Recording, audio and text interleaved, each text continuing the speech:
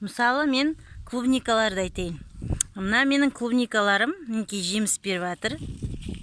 Жақсы, үлкен жеміс беріп жатыр. Бірақ мінекей. Бірақ бұл жемістер жаңағы недегі клубника сататын клубничниктердің жемістері сияқты көп емес. Ол мысалға мінекей мынада 3 неден беріп тұр. Оларда менен де көп. Оларда да осылай 3 бұтақтан беріп тұрады. Бірақ өте көп болып, қып-қызыл болып, осылай толайым не істеп тұрады. Қаптап тұрады. Оның бірінші себебі теплицадан. Теплица мына ашық жерде еккен өнімнен гөрі 10 есе көп мөлшерде өнім береді екен. Теплицада себебі мына мен бір ғана мысал клубниканы алып тұрмын ғой, сол туралы зерттеп атқасын. Жағдай жасалады екен оның. Қатты жаңағыдай суық болып кетпейді, температурының перепады дейді ғой. Түнде қатты мұздай болып, оны үсіріп жібермейді, қатты жел әсер етпейді. Сосын анау-мынау микробтар, нелер ұшып келеді ғой сырттан. Сондайлар көп келмейді, уласаң да сақталады. Теплицаның көп преимуществосы бар екен, яғни көп плюстары бар екен. Сол теплицада өнім көп болады екен. Бизнесмен айналысатын клубниканы адамдардың көбісі ашық далада екпейді, клубниканы осындай теплицаның ішінде егеді екен. Мысалға мынау ремонтантный деген сорт қой, бірнеше қайтара беретін сорт. Осы сорттар сақталып тұру үшін, мысалға күзде береді ғой, қара күзде беріп атқан кезінде аяқ астынан суық ұрып кетеді. Сол кезде жемістері үсіп кетеді. Солай болмас үшін теплицасы барлар, теплица оның көп рисктен сақтайды екен. Олардың өнімдерін сақтап қалады. Мынау менің жай өзімнің аулада егіп атқан клубникам ғой. Бұлардың астына биогумус салдым. Бірақ биогумус бұларда көп салынған жоқ, аз салынды. Сатып алған биогумус болды. Әрі ол түбіне салынбай, артынан келгеннен кейін, еккеннен кейін көшеттерді, мынау биыл егілген көшеттер жанына ғана салдым. Түбін көтерген жоқпын, уже бұлар көктеп кетті, гүлдеп, тамырын үзіп кетермін деп.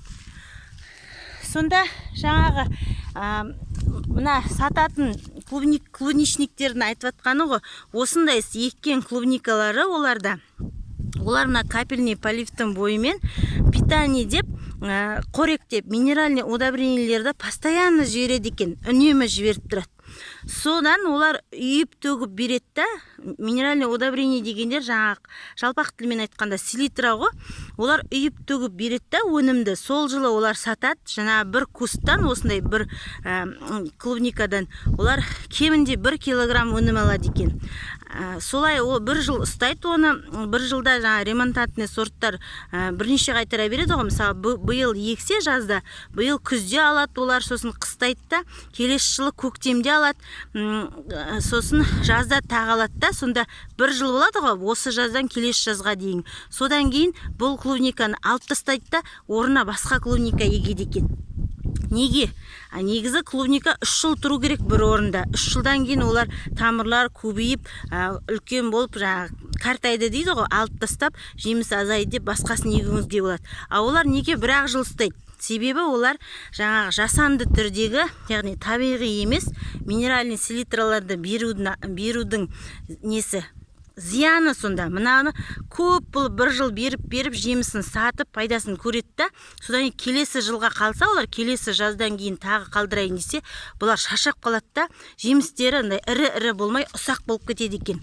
Міне қазір менде мынау Европадан алдырған фриго көшет, жемісі мінекей мынадай ірі болып беріп жатыр, иә?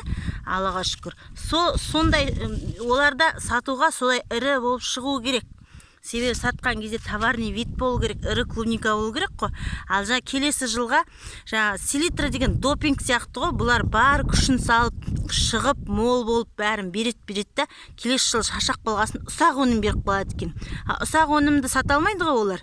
Оған керек емес, сондықтан олар алып тастап, келесі жыл келесі клубниканы егеді екен. Мен өткенде бір мысалды көрдім. Биогумуспен еккен клубниканы бір биолог әйел Грузияда таза биогумуспен ұстап клубниканы, ол да сатады екен. Сода сатқан кезде оның өнімі 3-ші жылы да осындай ірі болып шығып жатыр екен. 3-ші жылы да. Неге? Себебі ол табиғи. ол жандай селитралармен допинг сияқты не істеген жоқ, олардың күшінің бәрін сорып алған жоқ, жайлап жасағасын. Ол 3-ші жылда да ірі өнім беріп жатыр екен. Әрі сатқан кезде де қанша пайда көрдің деп сұрап жатыр. Себебі клубничниктер сататын. Олар сол неге үйренген ғой? Минеральный удобрениялерді постоянно осындай капельный поливпен тамшылатып суарудың бойымен қоректендіру питание деп арнайы бір нелер болады, емкісттері. Соған езіп сонымен жіберіп үйренген ғой олар. Сіз сонда мына ненің бойымен тек қана су жіберіп жатсыз ба деп сұрап жатыр биогумус егіп жатқан адамна. Ол айтады, я мен тек су жіберем дейді. Себебі астарына биогумусты мол қылып салып, 2 метрге осындай клубниканың 1 шелек биогумус деген сияқты таспасам.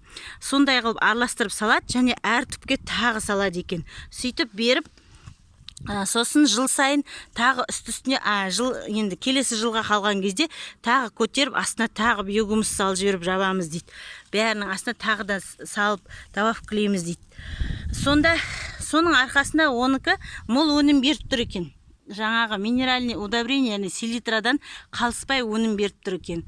Бірақ ол затпен көп адамдар айналыспайды. Неге? Себебі биогумусты дайындау оңай емес. Мен сіздерге видеолар жібердім ғой. Оған уақыт керек. Ал ана минеральный удобрение селитраны сатып алу оп-оңай. Кез келген кезде барып, қаптап, дүкеннен, магазиннен сатып ала салады. Мына мен жауып қойғаным қарғалар шығып кетеді деп жауып қойғаным ғой, мынадай үлкен жемістерін. Ал биогумусты жаңағыдай дайындау керек. Болмаса сондай дайын істеп жатқан біреуден сатып алу керек.